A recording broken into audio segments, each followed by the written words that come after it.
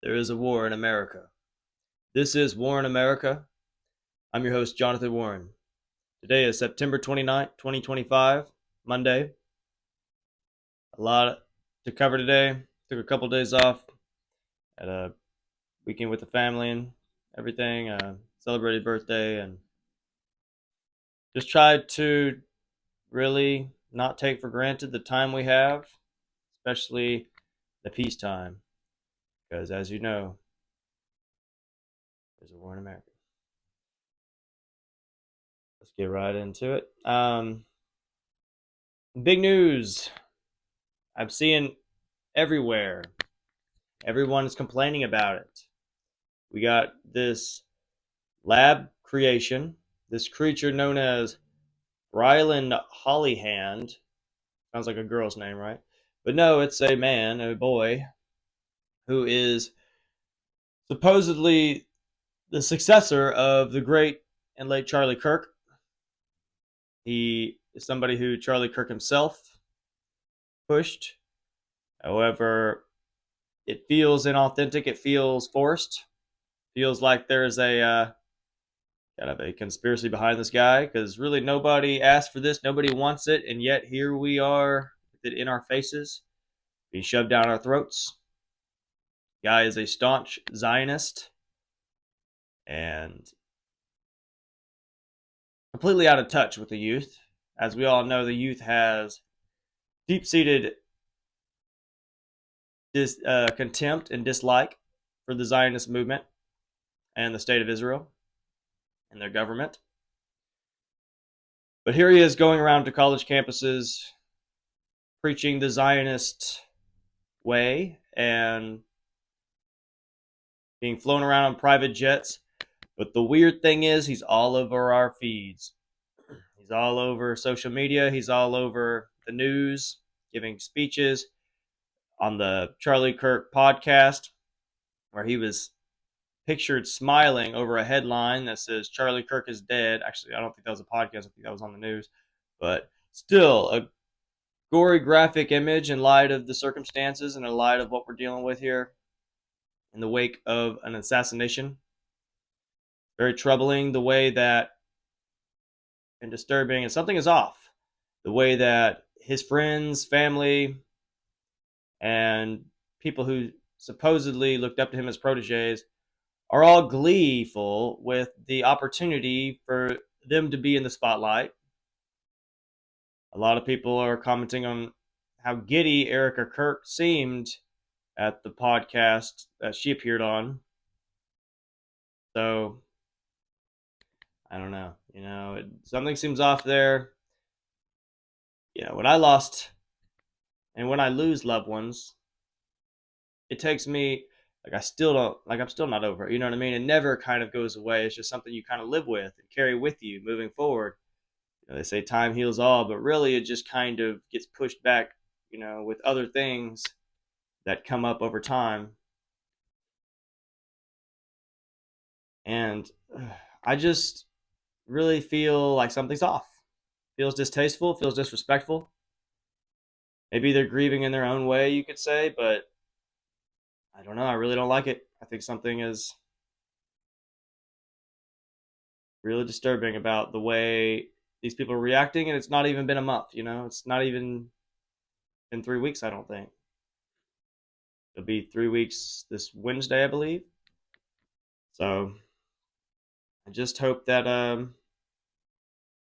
Charlie Kirk wasn't surrounded by a den of snakes. I hope he wasn't surrounded by people who are happy he's gone and are taking the opportunity to take advantage of his death and profit off of it and boost their own personal identity and personal, profiles. So I just really hope that they're just grieving in their own way. But who knows? I mean, it really like anything is possible right now. I think we really have to keep an open mind, not be trustful of any of these people, be highly suspicious of all of it, especially in the light of all these theories, revelations, accusations, and supposed ties to foreign governments, whether it's Tyler Robinson's trans furry groups that are being funded by NGOs, or whether it's actual foreign intelligence agencies behind the entire thing. Regardless of it, we have got to keep being suspicious and really looking through this. So this was a big revelation this past weekend. Ehud Barak, former Israeli prime minister, he had a bunch of emails leaked by a pro-Palestinian hacker group, is what I read, between him and Epstein. And it just shows the level of connection and importance that Epstein played in the intelligence world when it comes to Israeli intelligence and Mossad. Looks like he was instrumental in setting up some kind of defense deal with Mongolia. That's what I read. But I think really just the biggest, really disturbing revelation about that is just the level of connection that he had to Israeli government. This former minister visited him hundreds of times, I believe, not dozens, if not hundreds, and that just really speaks to the level of connectedness he was. He was really connected to them. He was really playing integral roles, and the fact that our government is covering it up and not even telling us that is a huge problem. But it's clear that they're lying to us at this point still. This is the supposed most transparent administration in history. And yet here we are feeling like we can't get the truth about anything. Trump said he's going to release Amelia Earhart's declassified documents, or classified documents, he's going to declassify them. Why do we even have classified documents about Amelia Earhart? That itself raises a red flag and just speaks to the level of overclassification that is rampant in our government. They classify everything. They don't want to tell us anything, even things that are, not harmful to them. And that's the kind of hallmark signature of a pathological liar, someone who lies unnecessarily about things you don't have to lie about. So when it comes to that, and they're just lying about things that wouldn't even be scandalous, wouldn't even be a problem, or maybe it would, maybe it is. I mean, that's what it results in. It just makes us think that everything that's classified, everything that they're hiding from us, is harmful. And then it speaks to and begs the question, why are they doing things that are harmful? Why are they doing things that would make us look bad, make them look bad, harm our reputation, harm our standing in the world? These people are incompetent, they're irresponsible, and it's treasonous for that matter. It's doing harm upon American people. It's completely undermining our national security and completely undermining trust in the government, which is vital and integral to a functioning society and a functioning democracy or republic, constitutional republic, even monarchies. You have to have trust among the people, or the people will eventually just replace you. And whether that's, again, I'm not preaching any political violence at all whatsoever. Political voting is all I'm really advocating for at this point. But it's like, we got to get these people out of there. The swamp creatures are thriving. The swamp creatures are really stockpiling at this point and consolidating power. And looks like they're planning something that is malicious, malevolent, and, again, this word harmful. It looks like they're going to do something to us. Looks like they're going to set us up somehow. It looks like we're going to be put in some kind of trap. I really just watch Tim Dillon, to kind of get the current events in the news, and but also laugh a little bit. But his last few shows have really kind of scared me a little bit. He's really on to something, I feel like, when it comes to these big tech companies and how intrinsically they're being tied into the government, and their stated goals don't seem to align with that of the common person. It seems like they're trying to make, where you own nothing and you'll be happy, as that famous headline read.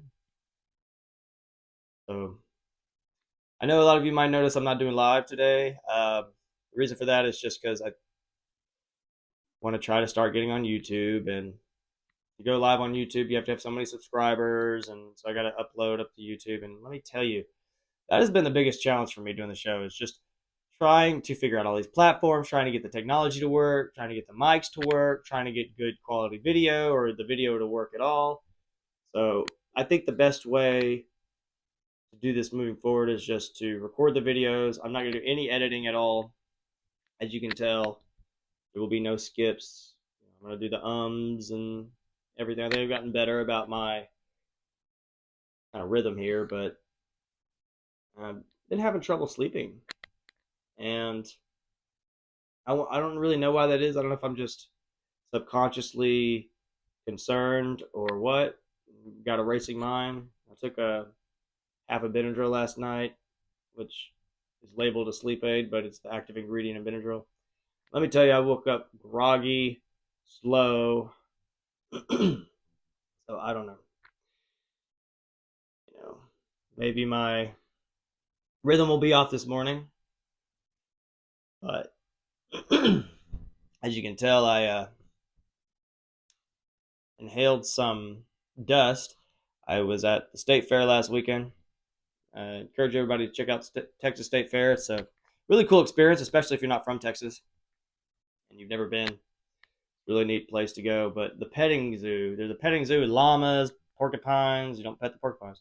There's kangaroos. There's ostriches. There was dust everywhere, and ever since I left there, I've been having trouble breathing. It feels like so. I mean, hopefully I'm not getting sick, but the show must go on. We're gonna keep it going. I had the biggest break that I've had this far in the first 2 weeks. And I really think that this is something that I can do, and something that I think I encourage everyone to do. I think everyone can do this. I really think it's interesting that Tucker Carlson and Patrick Bet-David really talk about how talented Nick Fuentes is, because he can just talk and talk and talk. But we learned to talk when we're 3 and 4 years old. Anybody can do this. Anybody can talk. Anybody has a brain. The notes that I write are just like little bullet points, more or less, just like Brylan Holland, Laura Loomer, Ehud Barak Epstein files, and that's all I'm going off of. There's no script. There's no sorry. There's no like teleprompter or anything like that. So it's really just straight from my mind, straight from my heart, and that's why sometimes I may say things that I gotta clarify later. But so far, I don't think I have. When you're going off the riff, sometimes you get emotional.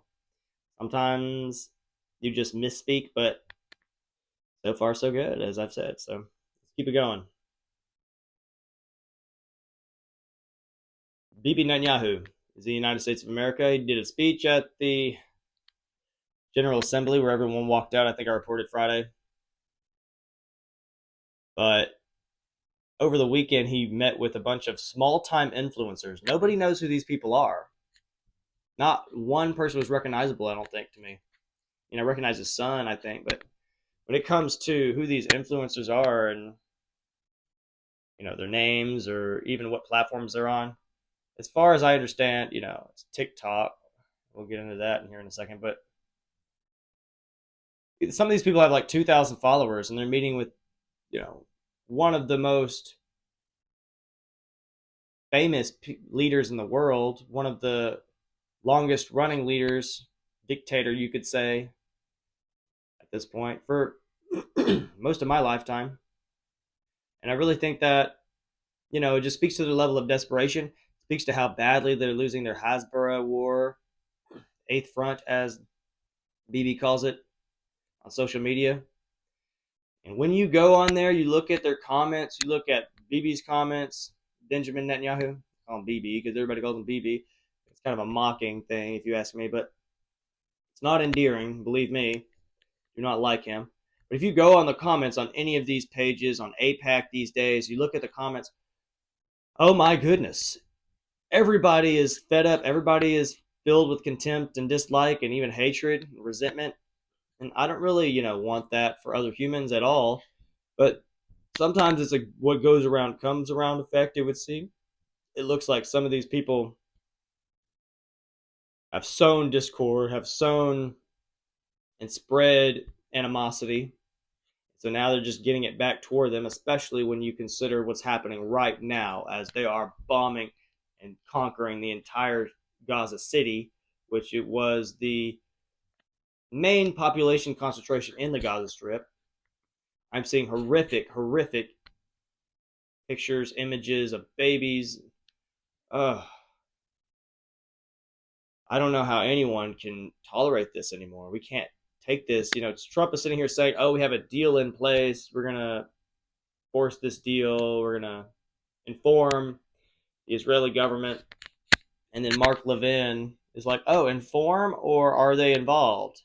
And it's like, dude, at this point, who cares? Let's just stop this. Let's just stop these babies from getting killed. It's not worth it. It's harmful to Israel. And I think that's something they don't understand. This is not what's in Israel's best interest at this point. If there's any threat to Israel's survival, it's the entire world turning on them because they need the United States to shield them from everybody else. Everybody else has turned on them at this point. All of their European, even Germany is wavering. All their European partners have turned on them.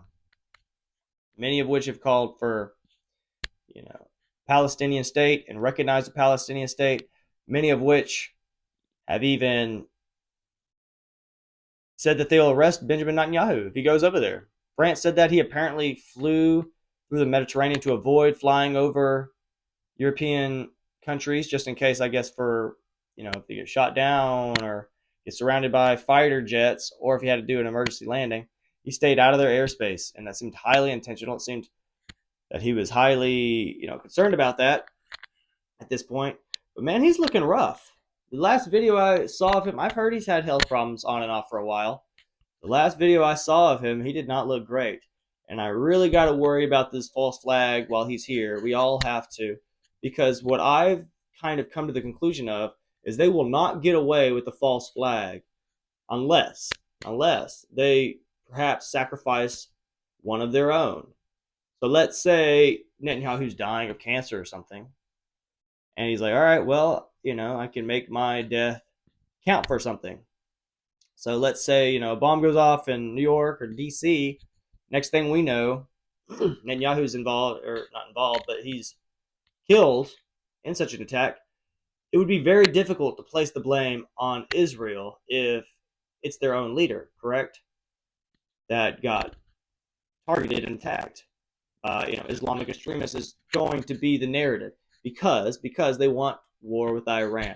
Iran is sitting here, saying that they'll never try to achieve a nuclear weapon. They're sitting here saying that they know and believe that Israel will attack again soon because they know their window is closing. They know they will not have another opportunity in the future. They will not have the backing of anybody. They won't be able to shield behind anybody. And furthermore, Iran apparently has enough missiles to level the entire area. Now, I think Iran has been very, reluctant and been very restrained when it comes to their responses because they don't want, United States to have an excuse. But furthermore, they don't want to get nuked and they don't want to destroy the land, it seems like, because they view it as Muslim land. So, you're not really wanting to destroy something you want to keep, right? So I think they've been very restrained and very rational under this circumstance. It's not like I like the mullahs. It's not like I'm a fan of, caliphates or Sharia law or anything like that. But we are actually giving their leadership a boogeyman to kind of use as an excuse to consolidate power and to crack down on domestic pressures. We're giving them like the ability to basically survive longer than they really would have. They're using that as an excuse to militarize, to crack down on dissidents, free speech, go after people. So I really think that when it comes to Iran, they would be much more moderate and much more reasonable if they didn't have these pressures, if they weren't being sanctioned like crazy for something that they don't even seem to be doing, which is building a nuclear weapon. And they would have every reason to build a nuclear weapon at this point because they're being threatened. Their existence is being threatened by Israel and all sides, and United States and Western Europe. They made a deal to allow weapons inspections and atomic inspections in agreement to remove the sanctions, and then that deal was withdrawn on the European side. So I just really think that if we didn't push these people into a corner, they would be more reasonable and rational, and the domestic pressures would cause them to moderate and become more moderate. Um, talk about TikTok now. So I saw this story that some guy named Anthony Goldblum, some rich Jewish donor and activist, Zionist activist, funded an NGO report to link China to TikTok. The whole story was that China is spying on us. China is propagandizing our children with TikTok and national security threat. We've got to do something about it. That was the entire reason TikTok almost got banned. But lo and behold, it looks like that all of this came from this Anthony Goldblum figure who funded an NGO report to link China to TikTok, and then he wrote a Time article in March of 2024, and I believe that was the first kind of accusation, and kind of that's when it was brought into the public sphere and the public awareness that the CCP, Chinese Communist Party, is actually subverting us and spying on us and propagandizing us with TikTok. That was the entire excuse, right? Well, lo and behold, the real reason, and the mask is off at this point, is because they were being very critical of Israel. There's a lot of anti-Israel sentiment among the youth on TikTok. A lot of things were being revealed. A lot of stories are being spoken in regard to Gaza, anecdotal stories, and just horrific, children, women, people trying to get food. Every time I talk about this, it's really painful to me because I know we're partly responsible, if not completely responsible. And I'll continue to speak out against it until it stops. Because if we are going to, call ourselves a Christian majority nation, we're going to call ourselves pro-life or anything like that, we cannot until we stop killing innocent people. There's never, almost never, I'll say almost never a reason to kill innocent people, ever. And especially if we're supposed to be, this virtuous society, if we're supposed to be better and call ourselves better than the rest of the world, then we certainly need to behave like it. We need to act like it, right? We need to have the right to make that claim. And if we're sitting here hurting people who have done nothing to anybody and are helpless many times to do anything about their circumstance, then who are we to say we don't deserve much worse? And that's what I worry about. I worry about God's wrath on us for what we've done to these people. And we would deserve it. It would be justified at this point. It would be a situation where, okay, yeah, we did it to them. Now what's coming back on us? It's a backlash. And, you can point to that in many of these situations, whether it's the Boston bombing or the OKC bombing or 9/11. It just looks like we're getting back what we're giving, and I'm not sitting here justifying these things. I don't want any death. I don't want any suffering. That's unnecessary and man-made, especially for the sake of territory or money or political power. All these things are trite and insignificant in the bigger picture. It's not worth it And we've got to stop. We've got to find a way to make it stop. But the entire takeover of TikTok is extremely concerning because this is what Netanyahu was talking to these influencers about. He was like, "Oh, the worst of these propagandizing platforms against Israel is TikTok and X." Well, they've gotten TikTok. Larry Ellison and people like that of Zionist Jews in America have taken over TikTok. Many anti-Zionist, I don't know what you call them, influencers and content producers, content creators on TikTok have been removed because of this. They've already started cracking down. They've already started removing these people. And furthermore, they've already started admitting it. They're sitting here saying, "Oh, we got TikTok now. Let's, clean it up. Let's push our propaganda and our lies, more or less." I saw this one girl, she was sitting here saying, "Oh, APAC is not a foreign entity. It is funded by Americans." And it's just like everybody knows what APAC is at this point. Everybody knows it's laundering money from Israel basically to bribe politicians and fund their opponents, the people who don't speak out about them. They say, APAC has like an 80-90% success rate when it comes to elections behind their candidates. That is jarring. It should be eye opening for everyone. It should be highly disturbing for that matter because we're supposed to have the say in this, not other countries, no matter what kind of country, no matter if it's Jewish or Buddhist or Shinto or Muslim. I mean, even England, even the country that we revolted from, who probably shares, you know, our culture closer than any other country. None of these countries should be influencing our politicians. None of these other countries should have a say in what our country does, what our path forward is, what our platforms are, and what our rights are for that matter. So, highly troubling development there. And furthermore, on X, right? So, I joined X about 10 months ago, okay? Been very active on there. I aspired to get involved again when Trump won because it just felt like, when Biden was in power, I really thought we were cooked, as they say, the kids say.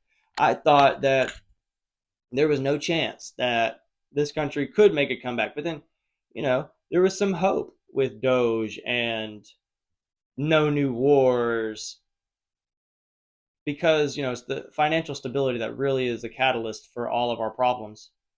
The Fed, the Federal Reserve, and the high spending, the falsified, controlled interest rates, the out of control inflation. All of this ties back to, the budget, the federal budget, and the taxation and overtaxation and overspending.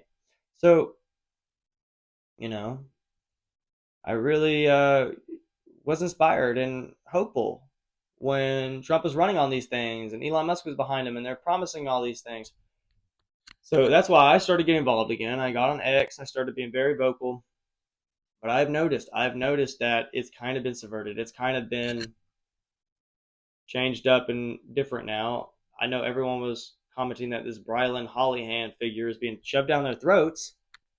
And just in the last week, what I've seen from X has been very disturbing and concerning. Netanyahu said X was the next target, right? So I wonder to what level that's being implemented already.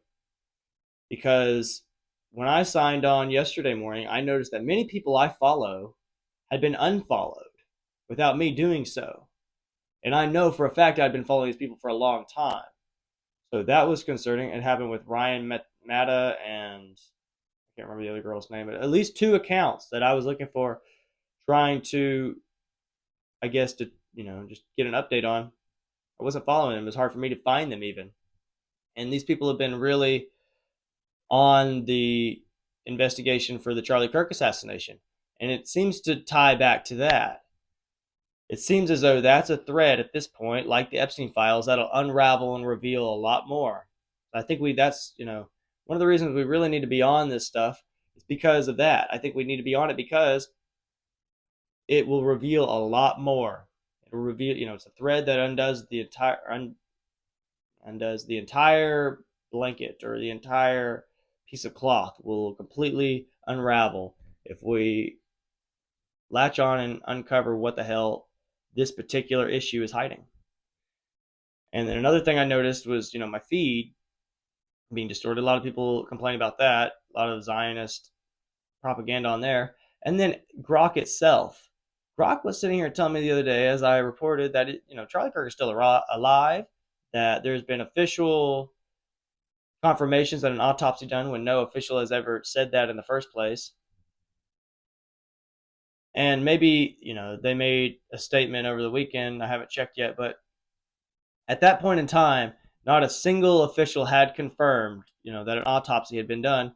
The only source we'd gotten from anything regarding that was Turning Point spokesperson Andrew Colvett. And I'm just seeing a lot of people essentially saying he can't be trusted.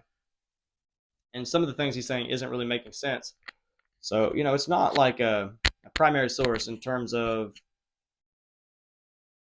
it's a hearsay argument because he wasn't, in the surgery room. He wasn't part of the autopsy. I don't even know if he was in the state at the time, but it really just looked suspicious because he's the only one who has said anything about where the bullet was, how the bullet entered, how it didn't leave an exit wound. He's sitting here quoting surgeons, calling Charlie Kirk a man of steel because his bones are denser than other people. All of that sounds like a lot of nonsense. So I really just do not trust this guy at all. But that's the only source really that we've gotten from that. The other source, was Alex Jones. However, Alex Jones says he got it from this guy.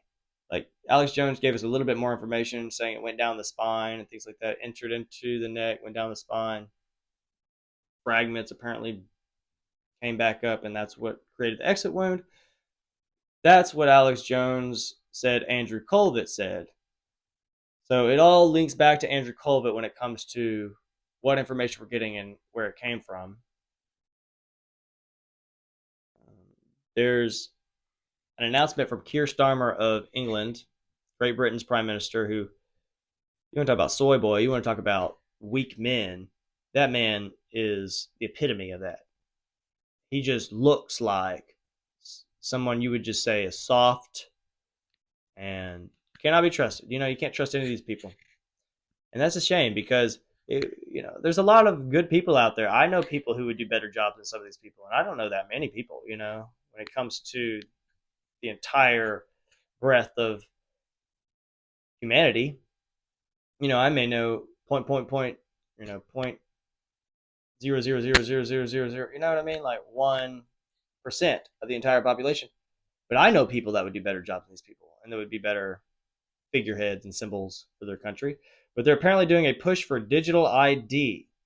Now, a lot of alarm bells going off here for digital ID. And a big reason for that, I believe, is they're just creating this high-tech surveillance state. They're trying to, create public, or not public, but private profiles on everybody about their health, about their finances, about their political beliefs. And this digital ID is supposedly going to be needed to work. And let's say, you speak out against the government, they take your digital ID away, and now you can't work. So that's highly disturbing. And, it's really just about tracking everybody, tracking everything you do, tracking everything you say, so they can create a system that cannot be taken down. No matter how evil, no matter how demonic, no matter how troubling the things that they do are, we will not be able to do anything about it at a certain point. So that's really a red flag there, the digital ID thing. I've seen, references to the vaccine passports and how that was trying to track travel, force people to inject experimental cocktails of chemicals into their body, known as the COVID vaccines. And if you didn't, you weren't allowed to go to certain places. You're not allowed to travel. Furthermore, we'll know where you travel, and your reason for doing so. All of these things are really anti-human, are really anti-American for sure. And I think that the way that they're going to push it on us is to let the carpet, pull the rug out from under us on the financial system and the finance crisis that we're facing. It would be very easy for them to pop the bubble, declare martial law, institute these policies in a heartbeat overnight. I think that's why J.D. Vance is on the way. I think that's why we have this Peter Thiel Palantir puppet that's being shoved down our throats, who came out of nowhere, who was an anti-Trumper. Now he's Trump's best friend. Even Trump is pushing him. It just looks like they're setting the table, setting the stage for this big tech takeover, this surveillance state takeover, and the elimination of the Constitution, elimination of rights, elimination of the Fourth Amendment, the right to search and seizure, and unreasonable search and seizure. So Tim Dillon just really got me worried about that. All we want is to afford a home. All we want is to buy healthcare and be able to afford healthcare and be able to afford student loans and go to college, and you know what I mean? We just want to own a little house and some land maybe and have a nice little family. But we're getting to the point where it's just looking like, 1984 was right on point. It's like that's the path we're going down. We could have gone down Brave New World, we could have gone to 1984. It's a little bit of both, but it looks like we're going to have this situation of robots taking all the jobs, AI solving all the technology, and everybody kind of being really reliant on the government for food and basic necessities, which, self-sufficiency is the best way to achieve freedom, especially in an empire. But if they completely take our ability to be self-sufficient and grow our land, grow food on our own land, then that's the end game. Then we need them. They can, revoke our digital IDs, social credit score, or anything like that. Then we're not going to have a good time. That's for sure. And it's really concerning. I saw in the news that China opened up the largest bridge in the world, or the highest bridge in the world, and they have, for the first time, more top-level universities, top-ranked universities. So China is winning. They have wisely invested into their own country, wisely refrained from engaging in costly conflicts outside. They've focused on their domestic policies, and they've done this under the flag of communism. But really, what it is at this point pragmatism, because they have this one party. You're not allowed to speak out against them, but the party's policy changes based on what they need. In America, it's the other way around. We have different parties, but the policies never change, right? It's like no matter who you vote for, you get the same policy. But China, on the other hand, has changed their policies a lot. Now, I'm no fan of communism and their way of government, but what I am a fan of is the way they've invested in their public works, their great works, and their city infrastructure. I mean, good God, like their technology even. I saw something today that was saying that they achieved sodium ion batteries that are going to completely make our lithium ion batteries irrelevant and obsolete. And that, is used in pretty much any electrical vehicle and cell phones, in computers and AI. So if they create these batteries that are better than ours, then we'll need them. We'll be reliant on them. And that's really all they have to do to kind of gain control over the world. And it's been very wise to do that the way they've operated. And I just wish we hadn't wasted all our money on, entitlement programs that are boondoggles that everyone is just getting crumbs off of, and most of the money's going to bureaucracy and administrative expenses, not to mention these foreign wars, which have cost us trillions of dollars. China hasn't done any of that stupid things. any of this stupid shit. So, looks like we'll be all learning Chinese soon. But at least Chinese food is pretty tasty, right? I like Chinese food. It's not great for a diabetic, but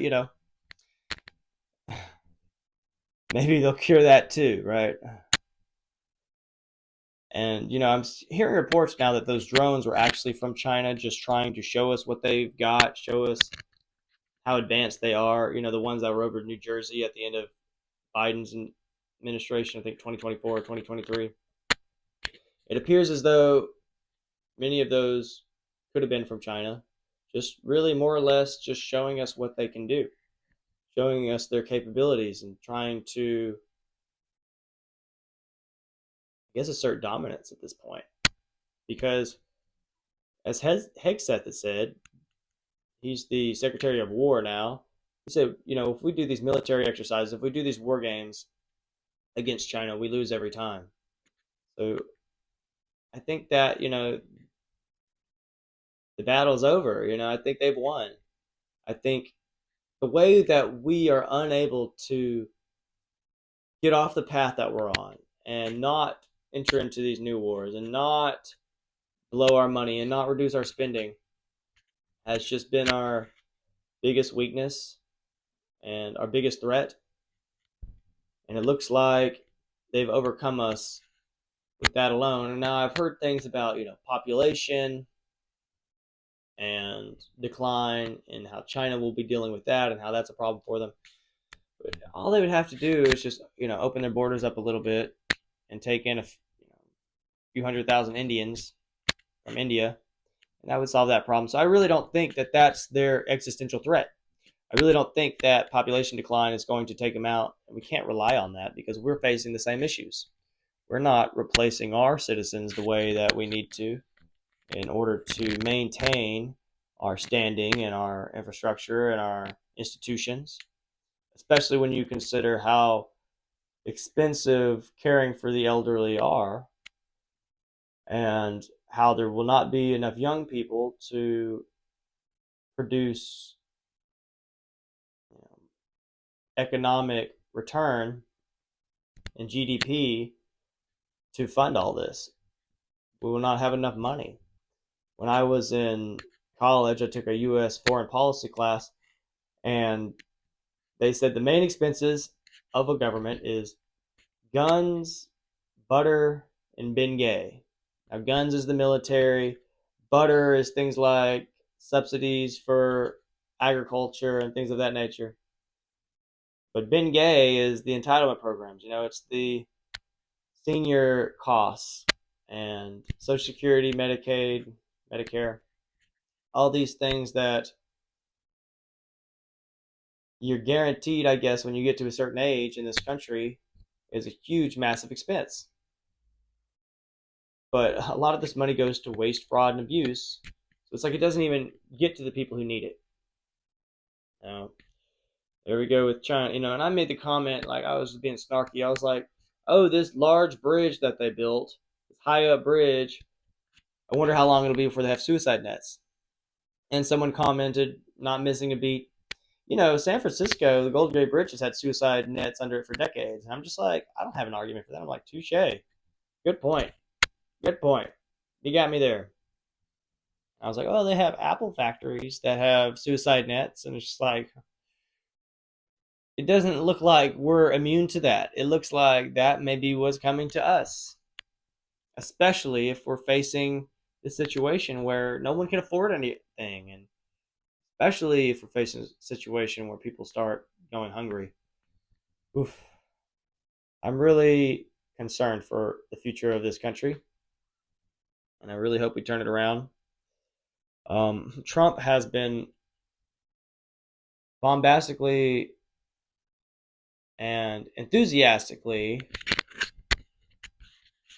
I don't even know what you're bragging. So he's been bragging about the gold in the Oval Office and how we have this beautiful 24 karat gold and how everybody is just so jealous and so complimentary about this gold that's being used to decorate the Oval Office.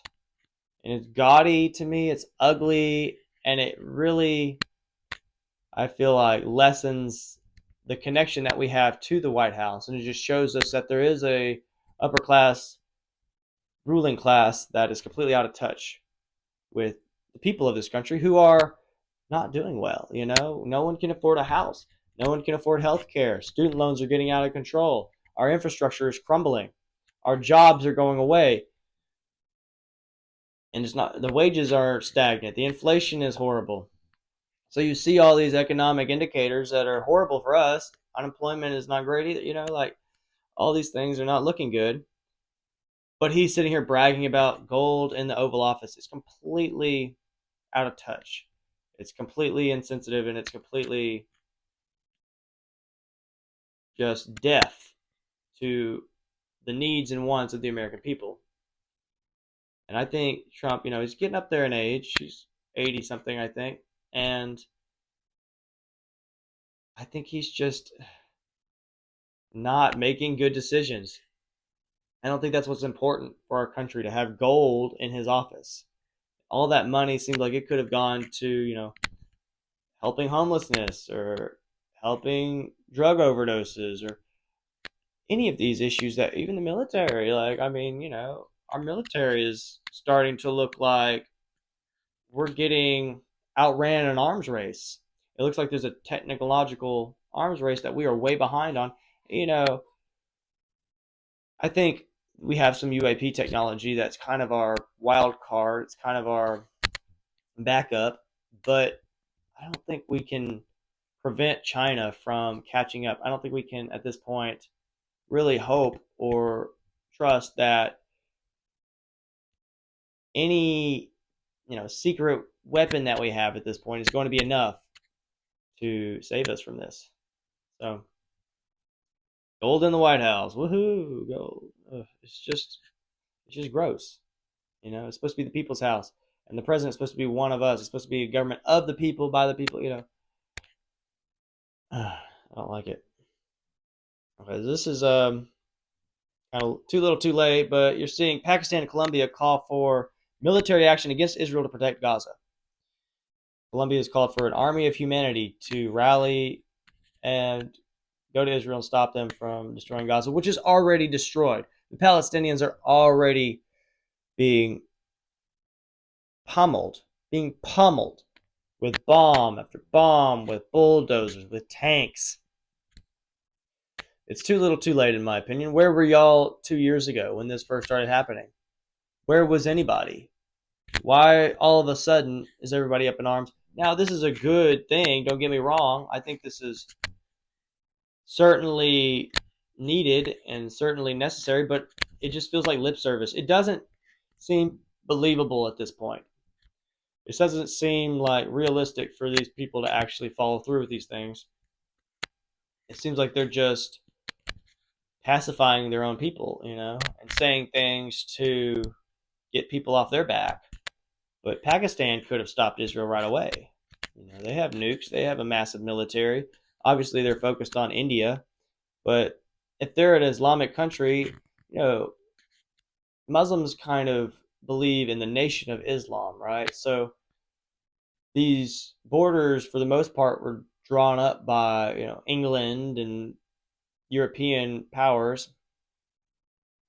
So they consider themselves one people, the Muslims. I mean, obviously, there's divisions in there, the Shiites and the Sunnis, and even subsects of that. But how can you sit here and watch, your fellow religious members get completely wiped out and devastated in such a way for years, and then finally you're going to step up and do something? I just don't believe it. I would love to see it, but I don't think it's about to happen.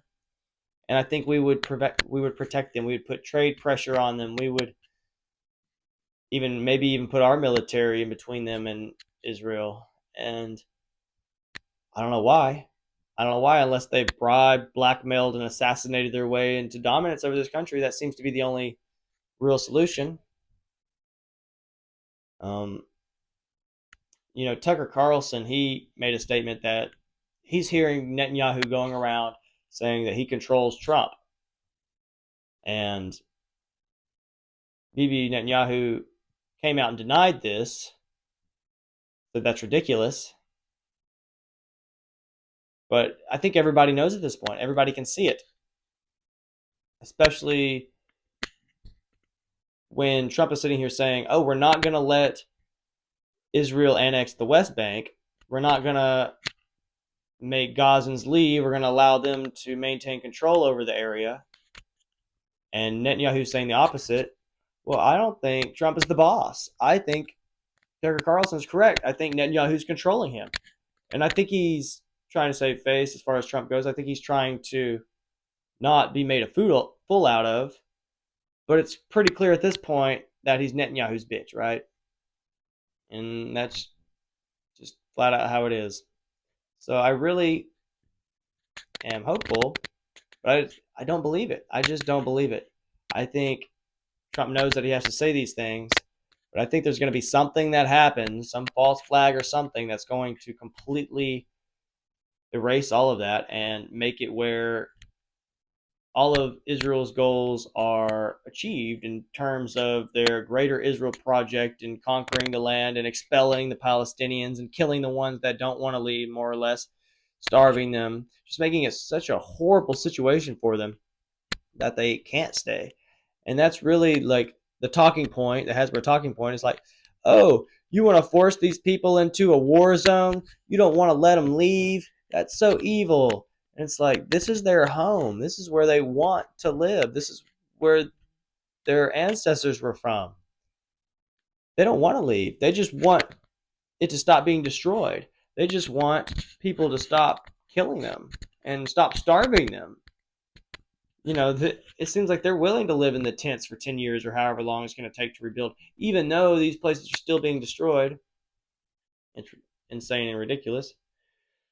Oh, you know, Trump, he ran on no new wars. That was a key rallying cry, you know, during his whole first term, the whole time he was running during Biden's administration. They're coming after him in the courts. And he just kept saying, no new wars, no new wars. We're not going to do that stupid shit. He was mocking Jeb Bush on the debate stage. He was running for this first term. And now we have several battleships completely surrounding Venezuela. Venezuela, right? And we've been blowing up little fishing boats, more or less, or speed boats that we're saying, you know, they're trafficking drugs or whatever. The first one looked like it was a migrant boat, for that matter. It's extrajudicial killing. It's completely unjustified. They're using the authorization of military action or military defense that was from 2001 after 9/11 to justify this, which is insane. It's like these people have nothing to do with 9/11, the Venezuelans, and this is what's being used to justify these strikes. That's absolutely insane. And the latest report is that airstrikes are on the way, that we are about to start hitting the mainland, pummeling them with battleships and fighter jets, bombers. And this was supposed to be a peacetime president, right? He's the president of peace, is what he called himself. And yet we're sitting here about to attack a country that's not attacking us. We're about to unilaterally and preemptively do this again. When we don't have the money for it, when we don't have people able to buy homes or health care, that's insane. Why are we doing that?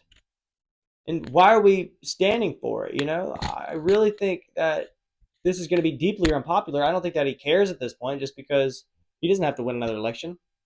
But it's going to harm the midterms for sure. It's just a shame, you know. It's going to put a target on our backs. And Venezuela, for that matter, like really is facing their own domestic pressures. I think it's the exact same situation with Iran, where if we just left them alone, if we just, you know, treated them like everyone else, they would moderate on their own because Maduro, the dictator of Venezuela, is deeply unpopular. It looks like he rigged his last election. There have been multiple attempts for revolts and insurgencies in his own country. But what this does is it allows him to justify crackdowns and consolidate power and to point to us as a boogeyman that he can, say, oh, I have to defend my country against these people, and it'll unify these people against us. We are not, and historically have not been enemies of Venezuela, as far as I know. And it seems insane to all of a sudden get into this other terrible conflict. I don't really understand the reason for that, except for the oil and gold that they have in their reserves and around their coast. But man, that is disturbing. He just lied. Trump has lied about a lot. He's just a big liar. And I saw this morning that he approved long-range missile strikes in Russia from Ukraine. Ukraine is claiming that NATO is at war with them, which we have been. Let's be real. We have been in a proxy war with Russia for the last 3 years or so, and now it's heating up. Right when we were on the cusp of a peace deal, right when we were sitting here negotiating peace, and they made their demands, which were not that unreasonable.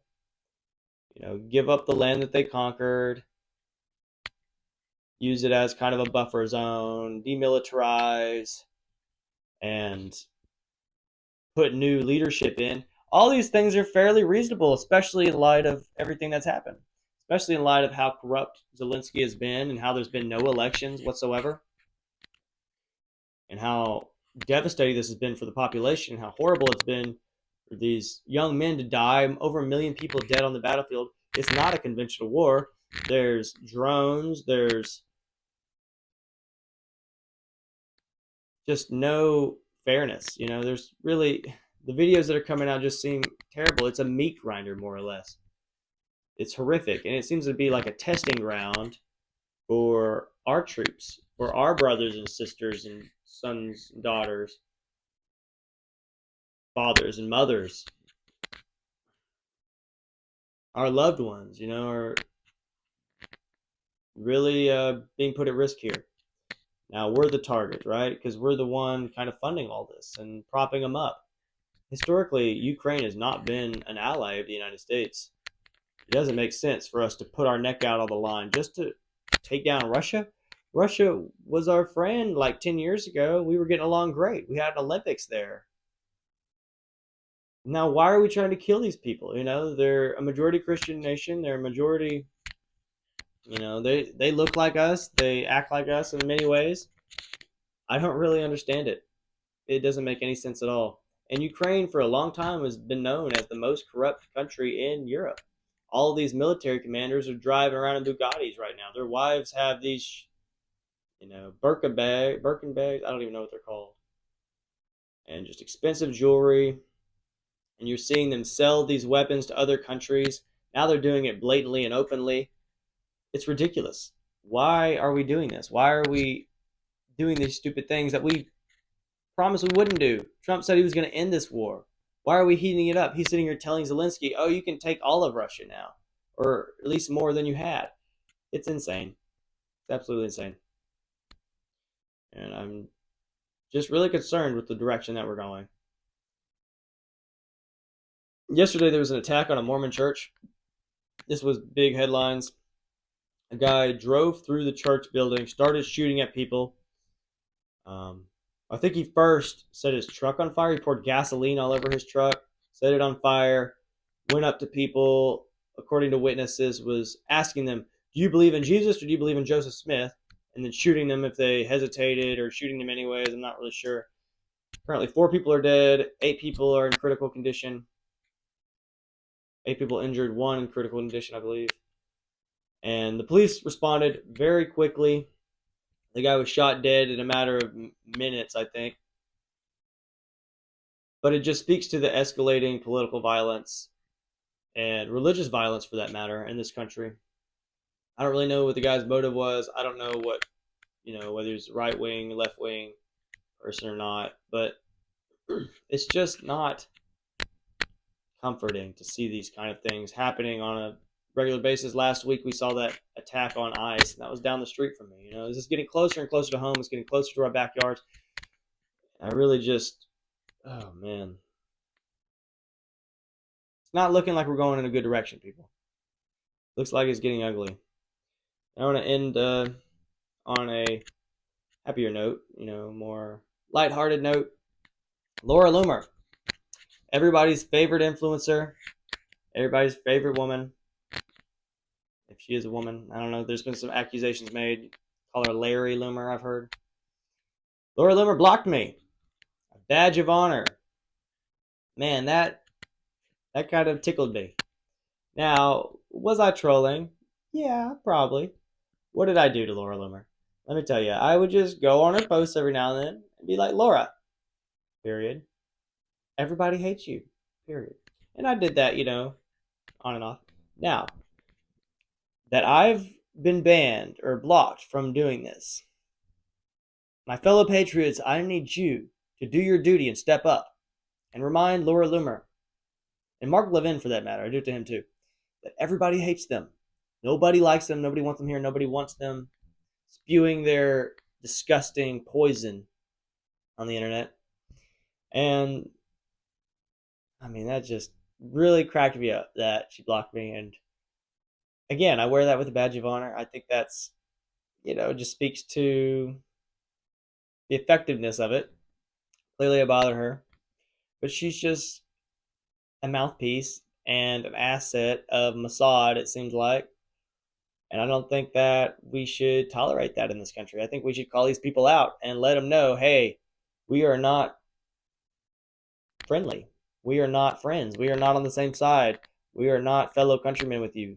You have a dual loyalty. You have probably dual citizenship, and we don't want anything to do with you. We don't want to listen to you, and we especially don't, like the influence she has over our president. How she's constantly berating him and telling him that, oh, you need to fire this person, hire this person, because she's working for a foreign government. She doesn't help us. She doesn't work for us. So, got blocked by Laura Loomer. How funny.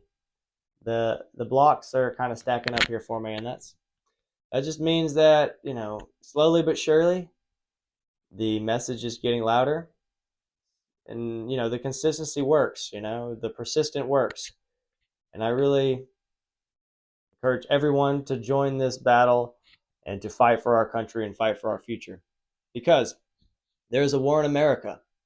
This is War in America. I'm Jonathan Warren, reminding you to live free and keep fighting. Thank you.